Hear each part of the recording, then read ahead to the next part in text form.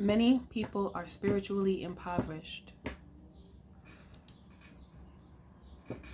And this problem actually leaks into every other aspect of life, unfortunately. You know, when your spirit is not right, there's many things in life that are not right. And I think the saddest part about it is so many people don't even know anything about that. They don't have any idea of how, I want to say expensive, their spirit is. Expensive. Expensive, high value is the first thing I think of when I think of expensive. Let me see, what is the definition of expensive?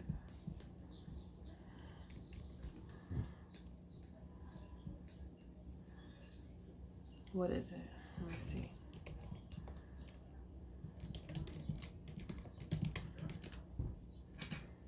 Costing a lot of money. Keeping a horse is expensive, costly, high price, big budget.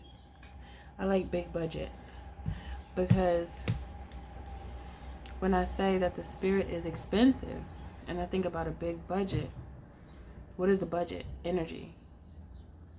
If I correlate it in such a way, the budget is energy. Now, what do many people do with their energy? They waste it, right? I mean, they use it how they want to use it. They might not look at it as wasteful, or, you know, they might not look at how they use their energy as wasteful. But most people think much more about the lives of others as opposed to their own.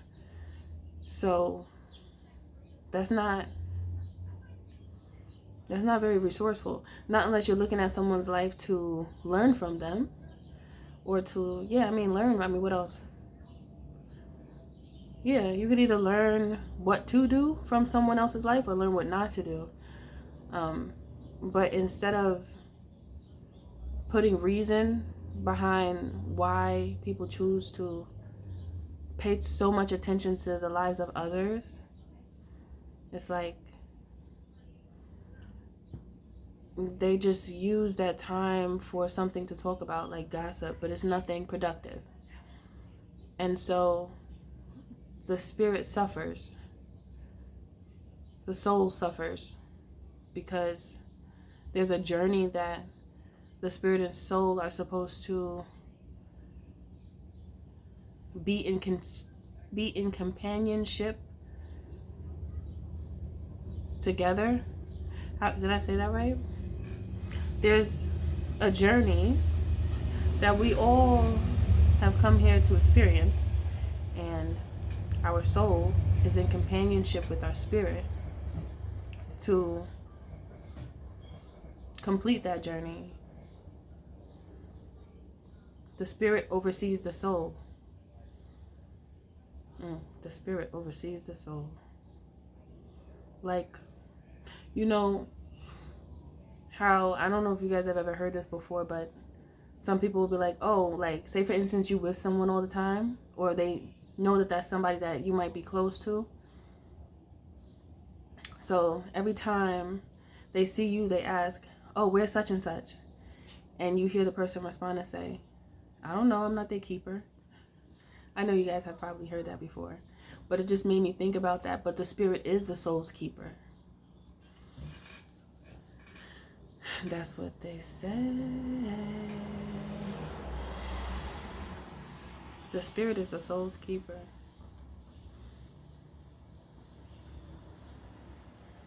So it's like, just in case you choose not to listen and you choose to be unruly in your life, the soul will still connect back to the spirit. It's either in happiness or in sadness. Because, you know, the soul will cry if you're not listening to the soul when your true nature is calling out to you to do what your true nature is asking of you, so that you can actually do what you came here to do. You know how many people leave from this earth and their life didn't get to have the impact that it could have? I don't even want to say that it was meant to, because the will leads the way. of a person. The will lead the way. Like, what are you going to do with your will? What do you want? What's important to you? What do you find? What are you using that energy on? What are you using your big budget on? It's like, to be poor in spirit is to not have anything. You could have everything materialistically, but to be poor in spirit, that's a different type of poor, because that's a different type of poverty, because it's so truthful. The material things can lie. They could be a big lie, and they can make people think one thing that's not, just from what you see with your eye, with your physical eye. But when you can see and you look at someone with your mind's eye, you can see when something is not right, when something is wrong, when something is bothering a person, because spirit will tell you, spirit will show you. And this is what spirit wants to talk about right now, like the impoverished spirit, the ones who thought they were doing right and didn't realize how like misleading their environment coerced them into a direction that wasn't right for them. That sentence was choppy, but I said what I wanted to say. It's like, your environment can be so misleading. You could think you're supposed to do something based off of what everyone else does, but until you start asking yourself what it is that you want to do, you won't be listening to your true nature, like the true desires that you have inside of you.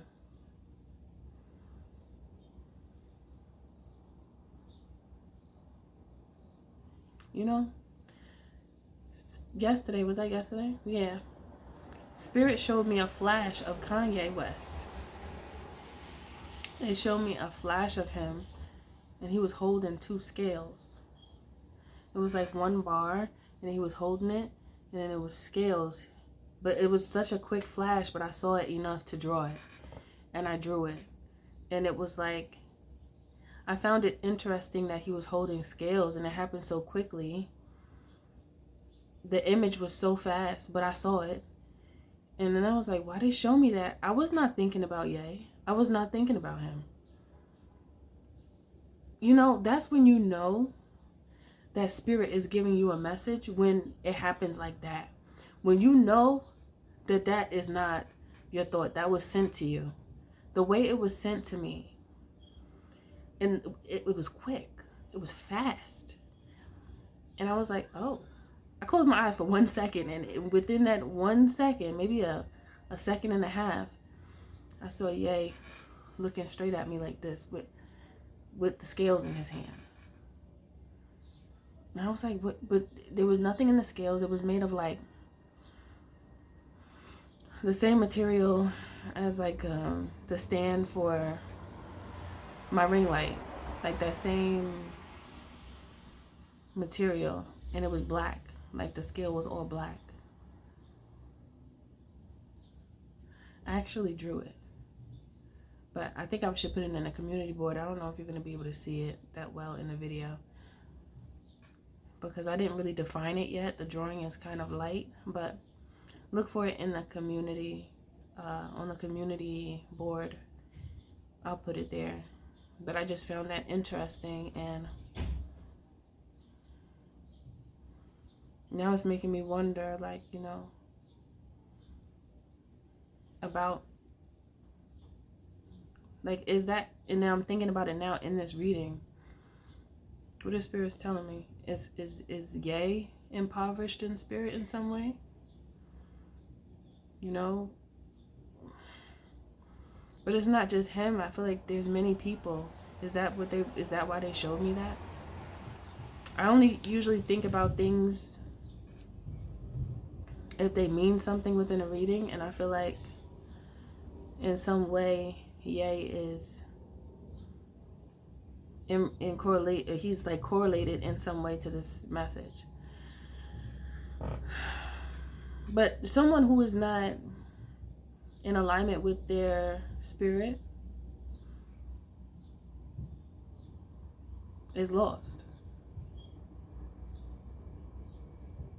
What is considered lost, though? Lost in spirit is to...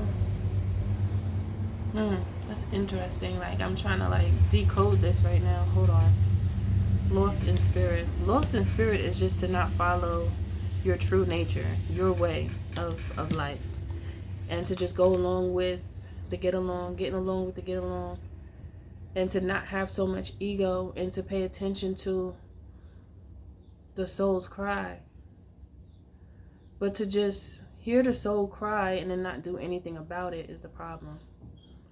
To hear your soul's cry, I think that's what was happening to Ye. Like, his soul is crying, but he's not responding to the cry. He speaks about it, but he's not answering it. Because there's more that he could do, but he's not doing it. Past and past. Part of... What? Oh. Unable to find one's way, not knowing one's whereabouts. Denoting something that has been taken away or cannot be recovered. It's been taken away. What takes our attention away and our energy away? It's distractions. Distractions take us away from our soul's cry. So the ego could be distracting. The ego could be distracting. The ego can distract you. That's why it's so important to balance it. Maybe that's what Spirit is saying, like talking about the balancing of the ego. Because when you balance your ego, then it doesn't rule over you like that. I feel like I'm about to get the hiccups. When you balance your ego, it cannot lead you to the point of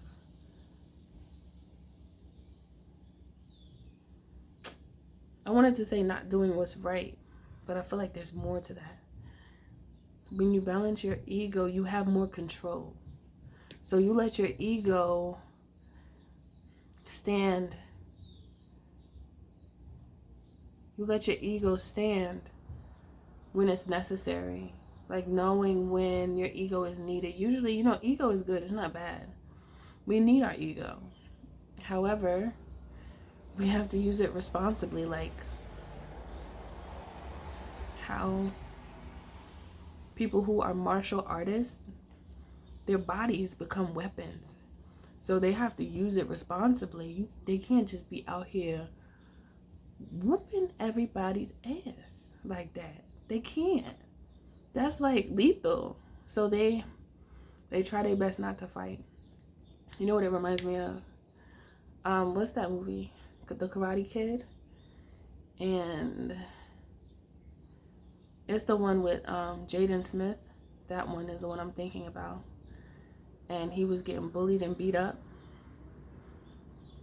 And then the guy saw him get beat up. And he knew karate, I believe. Karate. He knew it. And there was a point in the movie, now I feel like I need to watch it again, where he was like trying to tell whoever was trying to fight him, like, the little boys, the bullies. He was trying to tell them, like, you need to chill. Like, I'm trying to save you from me. But if you don't listen, then I'm going to get the whooping. Okay? Whoop, whoop. And that's what he did. So, I feel like it's the same way with the ego. The ego is powerful. It's very powerful. The ego. And it's there as like, I almost said one of your mentors. One of your mentors? I never thought about that before. It's there as one of your mentors, but I feel like it is. It's like a built-in mentor that we have. But we have control over it. Well, we should, but it's just that everybody does not have control over that ego. And when you don't have control over your mentors and know how to use them according to the situation, and you're not using your awareness and your mindfulness, then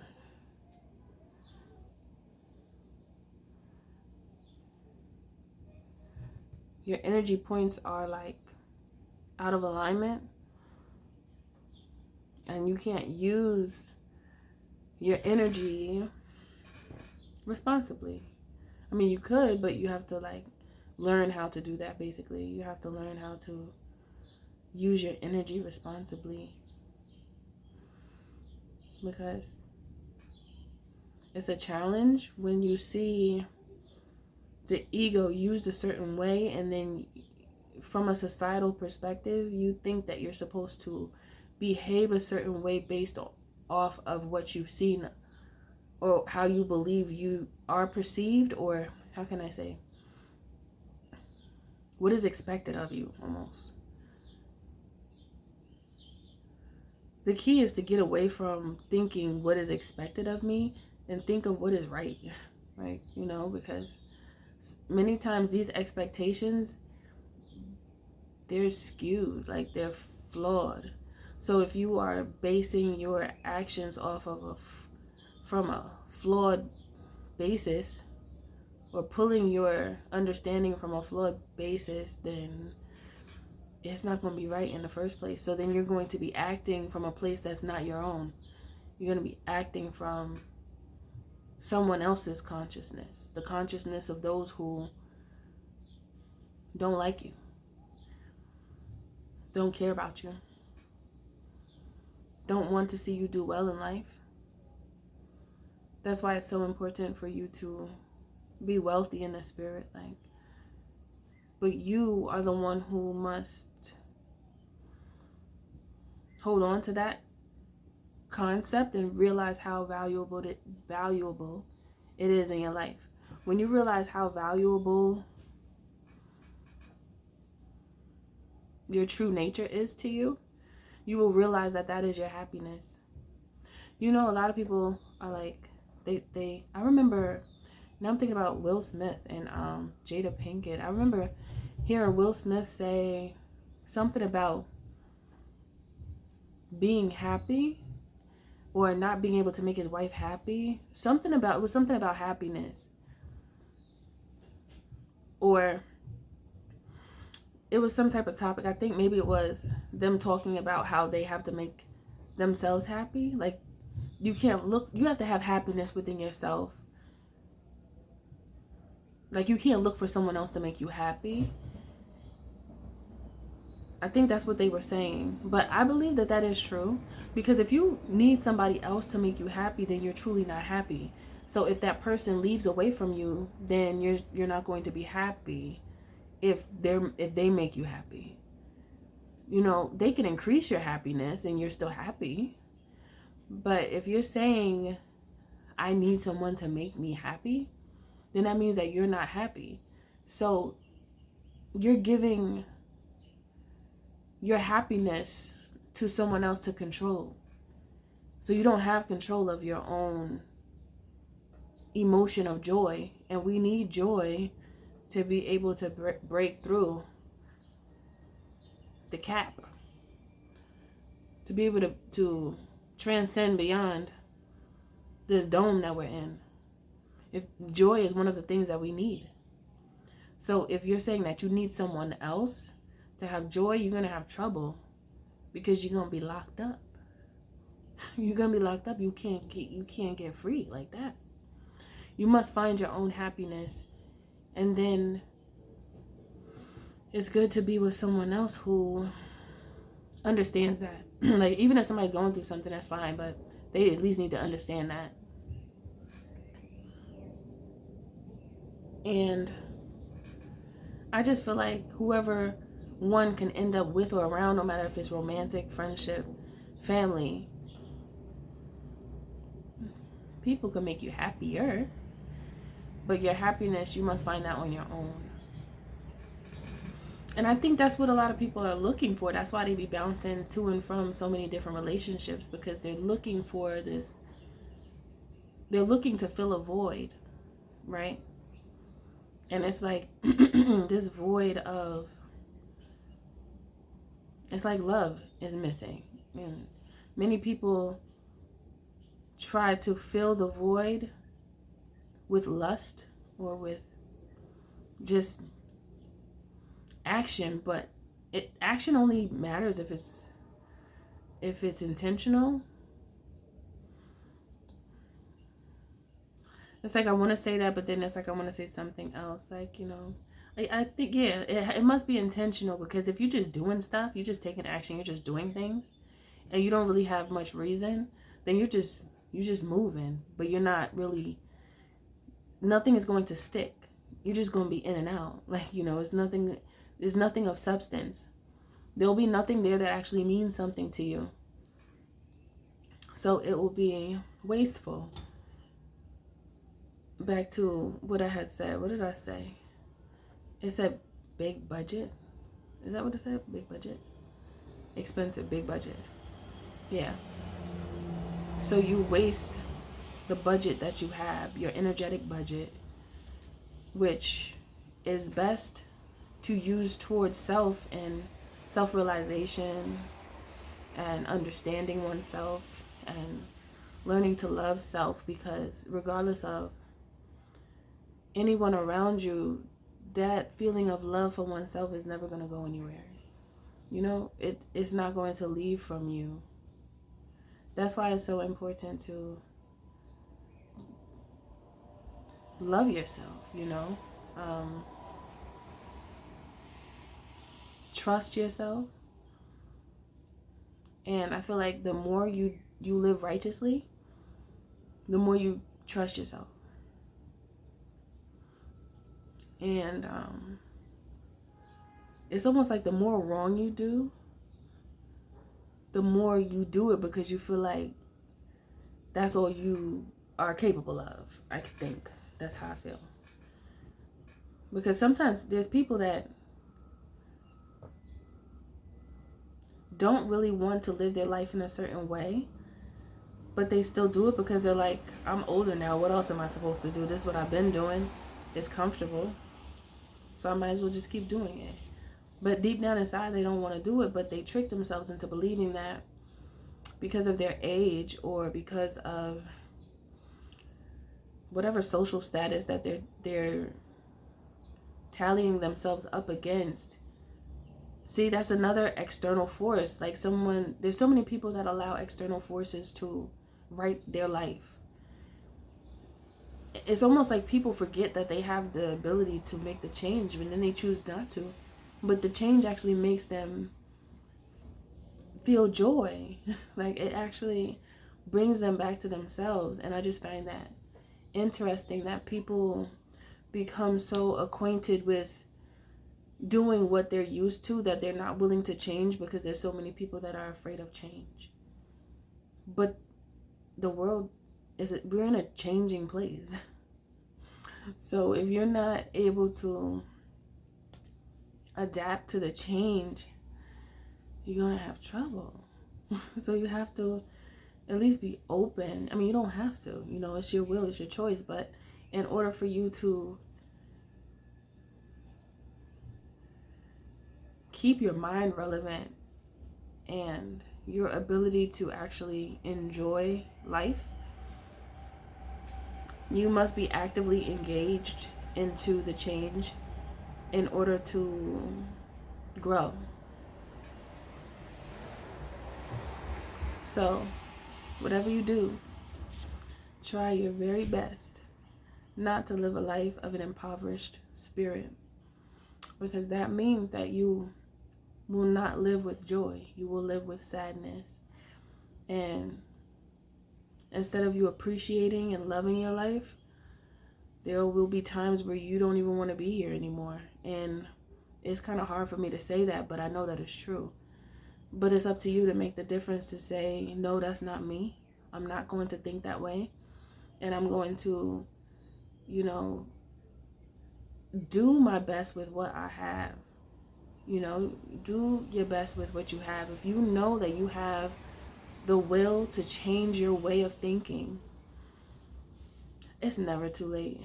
So don't use age. Don't use the fact that you have a child. Don't use the fact that you may have multiple children. Don't use the fact that you're single. You know, all of that is excuses. But you don't, what is the sense of making excuses for you to actually live life in a joyful way? What is the sense of that? There's no, that's a space for no excuses when you really think about it. So don't make excuses for yourself. Just make change for yourself, because you have the power to do so. So use your power, use your will. Wield your will in the right way so that you can actually live joyful for another day. Okay? Okay. That's what they said. Ooh. Ooh. I'll see you in the next video.